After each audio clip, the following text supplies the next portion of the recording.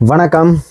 திருஷ்யம் part 3 release ஆக போகுது. சரி, அதுக்கு முன்னாடி ஒரு ரீகேப் டிஸ்கஷன் மாதிரி ஒன்று பண்ணிக்கலாம். நான் இப்போ தான் ஒரு 2 நாளைக்கு முன்னாடியிலேருந்து திரும்ப வந்து ஃபர்ஸ்ட் பார்ட் செகண்ட் பார்ட்னு வந்து ரிவைஸ் பண்ணுற மாதிரி படத்தை பார்த்துக்கிட்டு இருக்கேன். ஆக்சுவலாக உங்களுக்கே தெரியும், திருஷ்யம் 1 2013 டைமில் ரிலீஸ் ஆச்சு. அப்போ அந்த படம் வந்ததுக்கப்புறம் பெரிய ஒரு வரவேற்பு வாங்கியிருந்தது. அதை தாண்டி உங்களுக்கே தெரியும், மற்ற எல்லா லாங்குவேஜ்லேயும் ரீமேக் பண்ணியிருந்தாங்க, இன்க்ளூடிங் தமிழ், தெலுங்கு, ஹிந்தி, அந்த மாதிரி நிறைய லாங்குவேஜையும் இன்னும் ஒரு ஃபாரின் லாங்குவேஜில் கூட ரீமேக் பண்ணது. அந்த அளவுக்கு அந்த படத்தை வந்து எடுத்து வச்சுருந்ததா சொல்லியிருந்தாங்க.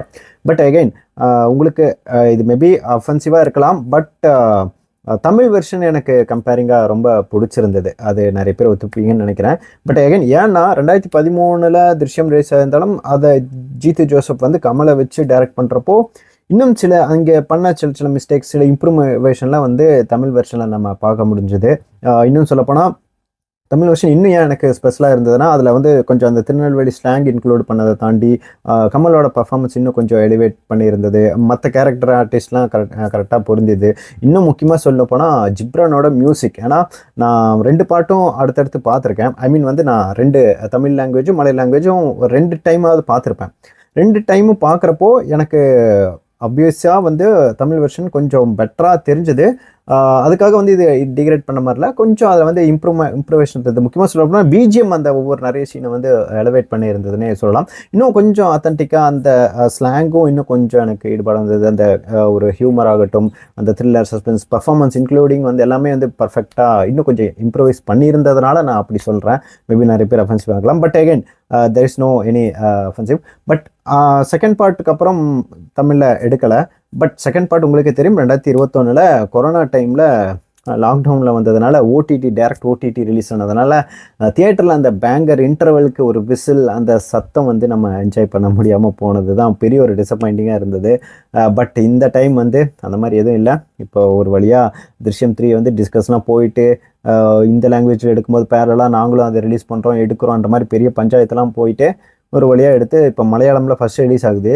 ஏன்னா உங்களுக்கே தெரியும், இப்போ நீங்கள் திருஷ்யம்னு போய் கூகுளில் சர்ச் பண்ணாலே ஹிந்தி வெர்ஷன் தான் காட்டுது. அஜய் தேவனோட ஹிந்தி வெர்ஷன் தான் நிறைய ஃப்ரண்ட்டில் காமிக்கிறன்றப்போ எனக்கு கொஞ்சம் டிசப்பாயிண்டிங்காக இருக்குது. பட் எனக்கு தெரிஞ்சு இந்த படத்தை வந்து மல்டிபிள் லாங்குவேஜில் இப்போல்லாம் வந்து ரீமேக் பண்ணுறதுனால கொஞ்சம் அதனோட ஒர்த்து அவ்வளோவா இல்லைன்னு நினைக்கிறேன். ஏன்னா இப்போ ஒரிஜினல் வெர்ஷனே கண்டிப்பாக எனக்கு தெரிஞ்சு எல்லாருமே பார்த்துருவாங்கன்னு நினைக்கிறேன். பட் வாட் எவர், சரி ஓகே. இந்த படத்தோட கொஞ்சம் ஜஸ்ட் ஒரு ஷார்ட் ரீகேப் மாதிரி பார்த்தலாம். உங்களுக்கே தெரியும், ஜார்ஜ் குட்டி அப்படிங்கிறவர் வந்து பெருசாக எதுவும் படிக்கலைன்னாலும் சில சுற்றி இருக்கிற விஷயங்களெல்லாம் நாலேஜ், முக்கியமாக சினிமா பார்த்து நிறைய நாலேஜ் கேதர் பண்ணிக்கிட்டு அந்த ஊர்லேயே வந்து வெல் செட்டில்டாக ஓரளவுக்கு செட்டில்டாக இருக்கிறவருக்கு ஒரு ஒய்ஃப், அப்புறம் வந்து மீனா, அப்புறம் 2 குழந்தைங்க, பெண் குழந்தைங்க. ஒருத்தங்க வந்து ஸ்கூல் லைஃப் முடிக்க போகிறாங்க. 2 பேரும் ஸ்கூல் படிக்கிறவங்க, 2 பெண் குழந்தைங்க.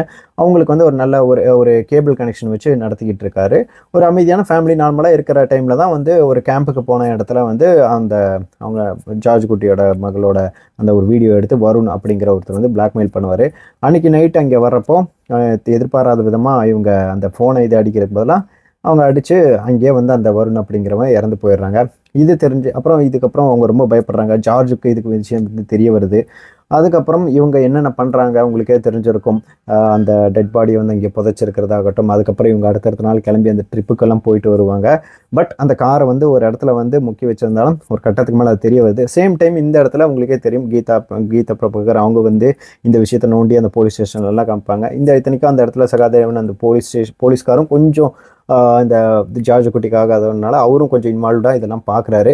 ஒரு கட்டத்துக்கு மேலே ஜார்ஜ் குட்டிக்கு மேலே வந்து இவங்களுக்கெல்லாம் சந்தேகம் வந்து கூட்டிகிட்டு போய் விசாரிக்கிறாங்க. இவரும் கொஞ்சம் ப்ரிப்பேர்டாக எல்லா விஷயங்களும் சொல்லி கொடுத்து எல்லாமே சினிமா பார்த்து தெரிஞ்சுக்கிட்டதை தாண்டி இவருக்கும் அந்த விஷயங்கள்லாம் கொஞ்சம் இம்ப்ரூவைஸ் பண்ணிட்டு அப்புறம் அடுத்தடுத்த விசாரணைகள்லையும் கரெக்டாக வந்து அந்த ஒவ்வொரு இடத்துலையும் வந்து எஸ்கேப் ஆனது மட்டும் இல்லாமல் அந்த கிளைமேக்ஸில் ஒரு கட்டத்துக்கு மேலே அந்த பெண் குழந்தைக்கு வந்து அந்த இடத்த காமிச்சிருந்தாலும் என்ன பண்ண போகிறாருன்னு தெரியறப்ப தான் அந்த இடத்துல அது வேறு இடத்துல மாற்றி வச்சுருக்காரு அப்படிங்கிற அந்த ட்விஸ்ட்லாம் வந்து அல்டிமேட்டாக வந்து அந்த படம் வந்து ரொம்ப ஒரு வெல் பேக்டாக இருந்திருக்கும். அங்கேயே ஆக்சுவலாக ஆல்மோஸ்ட் படமும் முடிஞ்சுது. உங்களுக்கே தெரிஞ்சிருக்கும், ஈவன் ஜீத்து ஜோசப் கூட வந்து ஒரு பார்ட் 2க்கான ஒரு ஐடியா அந்த டைம்லேயே இது நம்ம பார்ட் 2 எடுக்க போகிறோன்னு அந்த படத்தை முடிச்சிருக்க மாட்டார். ஏன்னா உங்களுக்கே தெரிஞ்சிருக்கும், 2013 ஒரு ஆல்மோஸ்ட் 7 இயர்ஸ் டிஃப்ரென்ஸு, 7 to 8 இயர்ஸ்னு வச்சுக்கோங்க அந்த ஸ்டோரியில் இன்க்ளூடிங். அங்கே எதுவுமே டிசைட் பண்ணியிருக்கேன். பட் இடையில ஒரு இடத்துல மேபி இந்த ஐடியா ஸ்பார்க் ஆகிருக்கும். அதுதான் ஒரு ஹைலைட்டே. இப்போ ஃபர்ஸ்ட் பார்ட்டுங்கிறது ஓகே, ஒரு சஸ்பென்ஸ் த்ரில்லர். ஒரு எனக்கு தெரிஞ்சு இந்தியாவிலே வந்து உங்களுக்கே தெரிஞ்சிருக்கும், ஒரு பெஸ்ட் சஸ்பென்ஸ் த்ரில்லர் வந்து நம்ம திருஷ்யம் சொல்லலாம். சஸ்பென்ஸ் கிரைம் த்ரில்லர் நம்ம சொல்கிறோம். பட் ஒரு 6 இயர்க்கு அப்புறம் ஒரு 6 இயரில் எந்த டைமில் அவருக்கு வந்து ஒரு ஸ்பார்க் ஆகிருக்குன்னா, எந்த இடத்துல வந்து ஸ்டார்ட் பண்ணணும். ஜஸ்ட் லைக் தட் ஒரு ஃபர்ஸ்ட் பார்ட் வந்து ஹிட் ஆயிடுச்சுன்னு நம்ம ஊரில் நிறைய படங்கள் வந்து செகண்ட் பார்ட் கண்டமணிக்கு உட்காந்து எழுதுவாங்க. அந்த ஆக்டரு இந்த மற்ற ஆர்டிஸ்ட்லாம் மாற்றி போட்டு கண்டபடிக்கு ஒரு ஃபர்ஸ்ட் பார்ட் ஹிட்டு, அதனால நான் செகண்ட் பார்ட் எழுதுறேன்ட்டு கேவலமாக எடுத்து வச்சு ஸ்பாயில் பண்ணுறவங்க இருப்பாங்க. பட் உங்களுக்கே தெரிஞ்சிருக்கும், சில படங்கள் கேஜிஎஃப், பாகுபலி இதெல்லாம் வந்து கண்டினியூஸ் பார்ட்ஸ். ஐ மீன் வந்து ஒரு படத்தை ஸ்ப்ளிட் பண்ணி ரெண்டாக எடுத்துருப்பாங்க, 2 பாகமாக எடுத்துப்பாங்க. அதான் ஃபர்ஸ்ட் பார்ட் செகண்ட் பார்ட், அது வேற. பட் ஒரு ஃபர்ஸ்ட் பார்ட் ஹிட் ஆகுதுன்றதுக்காகவே நான் புதுசாக அந்த கேரக்டரை வச்சு ஒரு கதையை எழுதி ரிலீஸ் பண்ணி நாசமா போகிற படங்கள்லாம் நம்ம நிறைய பார்த்துருக்கோம். அந்த கேட்டகரியில் இது வராமல் அவ்வளோ ப்ரில்லியண்ட்டாக வந்து செகண்ட் பார்ட்டை வந்து எடுத்தது தான் வந்து ஒரு பெரிய ஒரு அப்ரிசியேஷன் கொடுக்கும் ஜீத்து ஜோசப். சொல்லப்போனால் செகண்ட் பார்ட் அப்படி என்ன கொடுத்துருவாங்க, என்ன அதில் வந்து காமிச்சிருவாங்க, ஒரு வேளை வந்து ஜஸ்ட் லைக் தட்னு எடுத்து ஏதோ ஒன்று பண்ணுறாங்களா அப்படின்ற மாதிரி யோசிக்கிற இடத்துல தான் உங்களுக்கே தெரிஞ்சிருக்கும் செகண்ட் பார்ட். ஈவன் நம்ம எல்லாருக்குமே அது ஒரு ஒரு ஒரு கியூரியாசிட்டி இருந்திருக்கும், என்ன மாதிரி இதில் காமிக்க போகிறாங்க. அதான் திருஷ்யமான முடிஞ்சிருச்சே, பதச்சாச்சு எல்லாமே. ஆனால் செகண்ட் பார்ட்டில் ஒரு சீன்லேருந்து ஓப்பன் பண்ணுறாங்க. ஜார்ஜ் குட்டி வந்து அந்த போலீஸ் ஸ்டேஷன்லேருந்து புதைச்சிட்டு அவரை புதைச்சிட்டு அந்த பாடியை புதைச்சிட்டு வெளியே வரப்போ ஒரு கேரக்டர் வந்து அதை பார்த்துருதுன்ற ஒரு விஷயத்துலேருந்து ஆரம்பிக்கிற ஒரு விஷயமே அல்டிமேட் இருந்தது. அதான் படத்தில் ஓப்பனிங் சீன் திருஷ்யம் 2ல் பார்த்தோன்னே அவர் வந்து ஒரு கொலை பண்ணியிருக்காரு, ஜெயிலுக்கு போயிட்டாரு. ஒரு 6 வருஷம் 7 வருஷத்துக்கு அப்புறம் தான் அவர் வெளியே வர போகிறாரு. இப்போ டைம் லைன் பாருங்களேன். இப்போ 2013க்கு அப்புறம் அந்த படத்தை வந்து நான் திரும்ப செகண்ட் பார்ட் 2020 டைமில் எடுக்க போகிறேன்னா, இந்த 6 இயர்ஸ் கேப்பில் என்னாச்சு, 6 இயர்ஸ்க்கு அப்புறம் ஏன் இது வந்து அது ஸ்பார்க் ஆகுதுன்றதுக்கு ஒரு ரீசனே அல்டிமேட்டாக இங்கே வந்து வச்சிருந்ததே ஒரு பெரிய விஷயமா இருக்கும்.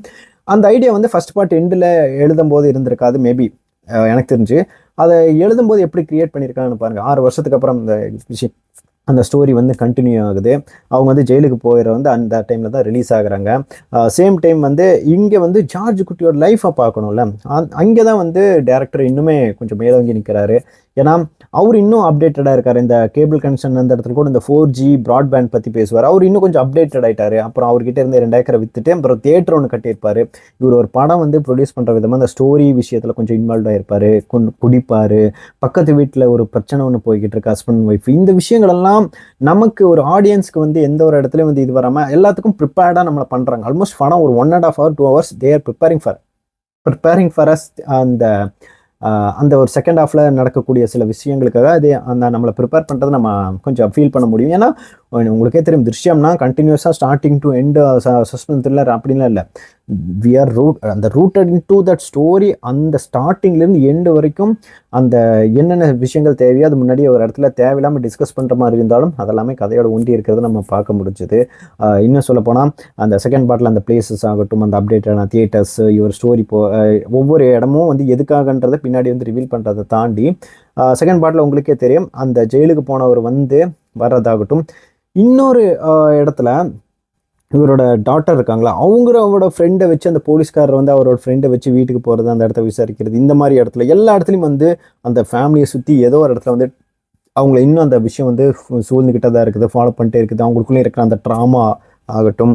அப்புறம் இந்த இதை வச்சு சுற்றி இருக்கிறவங்க ஊர்லலாம் இவரை எப்படி பேசிக்கிட்டு இருக்காங்க, எப்படி ப்ரொஜெக்ட் பண்ணிட்டு இருக்காங்க அந்த ஃபேமிலியோட மென்டாலிட்டி என்னன்றத ஒரு சைக்கலாஜிக்கல் லெவல் அந்த ஃபேமிலி அந்த ஒரு ஸ்டோரி, இந்த ஸ்டோரிக்கு ஜஸ்ட் லைக் தட்னு ஒரு 4 படம் பார்த்து இன்ஸ்பயர் ஆகி எழுதுறதுல சைக்காலஜிக்கலாக அனலைஸ் பண்ணி இந்த மாதிரி ஒருத்தன் பண்ணால் அந்த ஃபேமிலி எப்படி இருக்கும், என்னென்ன சஃபர் ஆகுன்ற விஷயங்கள் எல்லாம் வந்து இதில் இன்புட் பண்ணதே எனக்கு தெரிஞ்சு ஒரு அந்த ஸ்டேஜில் இருந்தவர்னால தான் மேபி இதெல்லாம் பண்ண முடியுன்ற அளவுக்கு யோசிச்சு எடுத்திருப்பாரு. நிறைய விஷயங்கள் அந்த மாதிரி பிரில்லியன்ட் காமிச்சிருக்கும். உங்களுக்கே தெரியும், செகண்ட் பார்ட்டில் அந்த ஒரு கேரக்டர் வந்து ஜெயிலிருந்து வரும், அது கரெக்டாக ஊருக்கு போகிற அந்த டைமில் இந்த விஷயம் தெரிஞ்சு இந்த போய் அந்த போலீஸ்கிட்ட சொல்லி அந்த போலீஸ் ஸ்டேஷனில் தான் இருக்குன்றதை ஒரு 6 வருஷத்துக்கு அப்புறம் தெரிய வந்து அந்த போலீஸ் ஸ்டேஷன் தோன்றாங்க, அங்கே ஒரு பாடி கிடைக்குது.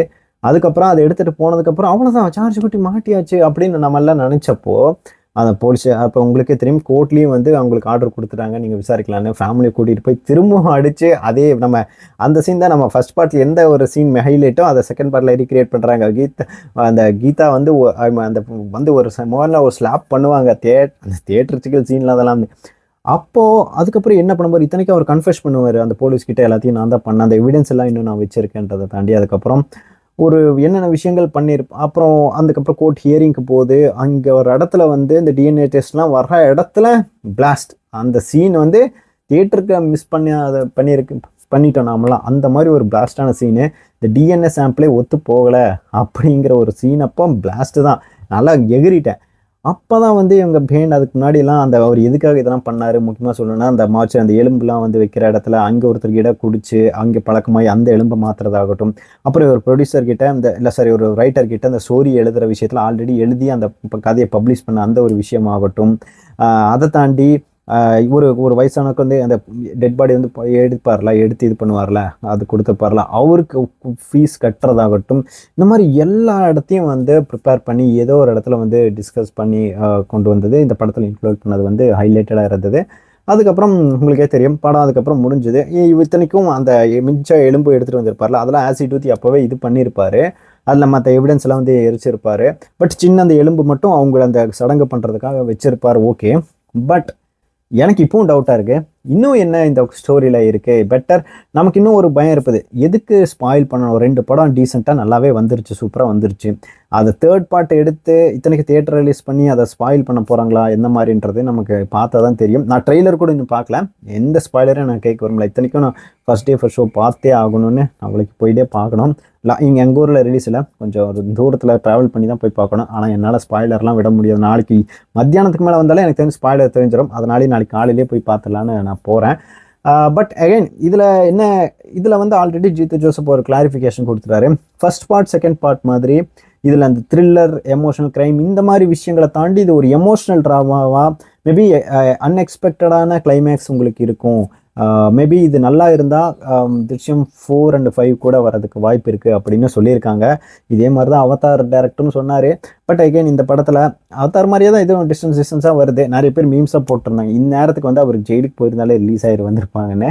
பட் அதில் ஒரு லாஜிக் இருக்குப்பா. இன்கேஸ் வந்து அது ஒத்துக்கிட்டு ஜெயிலுக்கு போனால் கீதாக்கு இருக்கிற கோபத்துக்கு இந்த குடும்பத்தையும் வந்து ஸ்பாயில் பண்ணிடுவாங்கன்ற அந்த ஒரு விஷயமும் இருக்குது. ஃபேமிலியை காப்பாற்றணுன்ற மாதிரி எனக்கு தெரிஞ்சு மேபி என்னோட எக்ஸ்பெக்டேஷன்ஸ் பெருசாக இது இல்லை. பட் திருஷ்யம் மீன்ஸ் ஒரு ட்விஸ்ட்டு க்ரைம் சஸ்பென்ஸ் த்ரில்லர், அந்த விஷயங்கள் இன்க்ளூட் பண்ணாமல் ஜஸ்ட் லைக் தட் ஒரு எமோஷ்னல் ஆங்கிளில் மட்டுமே இந்த படம் தேர்ட் பார்ட் மேபி கொண்டு போயிட்டு நாளுக்கு ஒரு பேட் எண்டிங் சேட் எண்டிங் இந்த மாதிரி ஏதோ ஒரு விஷயங்கள் கொண்டு வந்தால் மேபி ஃபேன்ஸ் டிசப்பாயிண்ட் ஆக வாய்ப்பு இருக்குது. இவன் தான் மாரலி கரெக்டாக இருந்தாலும். பட் வாட் எவர் அந்த படத்தை பற்றி நாம் இப்போவே எதுவும் ப்ரெடிக்ட் பண்ணிட வேண்டாம். ஏன்னா ஜீத்து ஜோசப் மேலே எனக்கு ஒரு ட்ரஸ்ட் இருக்குது. பட் ரீசெண்டாக அவரோட படங்கள் கொஞ்சம் டிசப்பாயிண்டிங்காக இருந்தது. பட் இது written and directed by Jeethu Joseph. So நம்ம கொஞ்சம் விஷயங்களை எக்ஸ்பெக்ட் பண்ணலாம். எனக்கு முக்கியமாக அந்த ப்ரிப்பரேஷன் தான் தாண்டி அந்த சஸ்பென்ஸில் அதுமாதிரி திரும்பவும் கீதா கேரக்டர் ஜார்ஜ் குட்டி கேரக்டர் எல்லாத்தையும் வந்து ஸ்க்ரீனில் பார்க்க போகிறன்றது கொஞ்சம் எக்ஸைட்டடாக இருக்குது. அட்லீஸ்ட் ஒரு பேர் மினிமம் ஒரு எக்ஸ்பெக்டேஷனை தாண்டிட்டாலே நான் ரொம்ப சாட்டிஸ்ஃபைடாக இருப்பேன். அட்லீஸ்ட் ஒரு திருஷ்யம் 2 திருஷ்யம் லெவலுக்கு இருந்தால் போதும்னு நான் எக்ஸ்பெக்ட் பண்ணுறேன். நிறைய பேருக்கு உங்களுக்கு அந்த எக்ஸ்பெக்டேஷன் இருக்கும். பட் வாட் எவர் நம்ம பார்க்கலாம், செலிப்ரேட் பண்ணலாம் இந்த படத்தை. நீ இதை பார்த்துட்டு நீ மற்ற லாங்குவேஜில் நீ ரீமேக் பண்ணுவாங்க எனக்கு தெரிஞ்சு. இதுலேயே எல்லாத்தையும் பார்த்துருவான்னு நினைக்கிறேன். படம் நல்ல ரிவ்யூ வந்தால், படம் நல்ல ரிவ்யூ வரணும். இந்த படம் ரொம்ப நல்லா வரணுன்றது வந்து நான் பர்சனலாக விஷ் பண்ணுறேன். ஏன்னா இதுக்கு முன்னாடி எவ்வளோ படம் எக்ஸ்பெக்ட் பண்ணி நல்லா இருந்துராதான்னு எக்ஸ்பெக்ட் பண்ணியிருக்கேன். பட் இந்த படம் ரொம்பவே நல்லா இருக்கணும்னு நான் எதிர்பார்க்குறேன். இன்கேஸ் வந்து நீங்கள் திருஷ்யம் 1 திருஷ்யம் 2 பார்க்கல, இல்லை நான் பாபநாசம் தான் பார்த்துருக்கேன் திருஷ்யம் பார்க்கலன்னா ஜஸ்ட் லைக் தான் நீங்கள் ஒரு ரீவாச் போடலாம். திருஷ்யம் 1 திருஷ்யம் 2 கண்டிப்பாக இப்போ அமேசான் ப்ரைம்லேயே இருக்குது, யூடியூப்லேயே திருஷ்யம் இருக்குது. கண்டிப்பாக நீங்கள் ட்ரை பண்ணி பாருங்கள். ஒரு நல்ல படம் தான். நீங்கள் பாபநாசம் பார்த்துட்டிங்கன்னா பார்க்க தேவையில்லையா உங்களுக்கு? ஃபர்ஸ்ட் ஆஃப் ஆல் இது வந்து பாபநாசம் நீங்கள் கேட்டீங்களா ஆகுன்னு பார்த்துருப்பீங்களா? அந்த படம் தான் இந்த திருஷ்யம் 1. அப்புறம் திருஷ்யம் 2 தனியாக அமேசான் ப்ரைமில் இருக்குது. வாட்ச் பண்ணிட்டு நீங்கள் திருஷ்யம் 3 ட்ரை பண்ணலாம். உங்களோட எக்ஸ்பெக்டேஷன் இந்த படத்துக்கு மேலே என்னென்ன விஷயங்கள் இருக்குன்றதையும் நீங்கள் கமெண்ட்டில் சொல்லுங்கள். படம் பார்த்துட்டு வந்து படத்தை பற்றி ஃபர்தராக டிஸ்கஸ் பண்ணலாம். ஸ்பாய்லர் எதுவும் முடிஞ்ச வரைக்கும் சொல்லாமல் படம் எப்படி இருக்குன்ற ரிவ்யூ நான் போட ட்ரை பண்ணுறேன். இன்கேஸ் நான் ஏதாவது பாயிண்ட்ஸ் மிஸ் பண்ணியிருந்தாலும் நீங்கள் வந்து கமெண்ட்ஸில் சொல்லுங்கள்.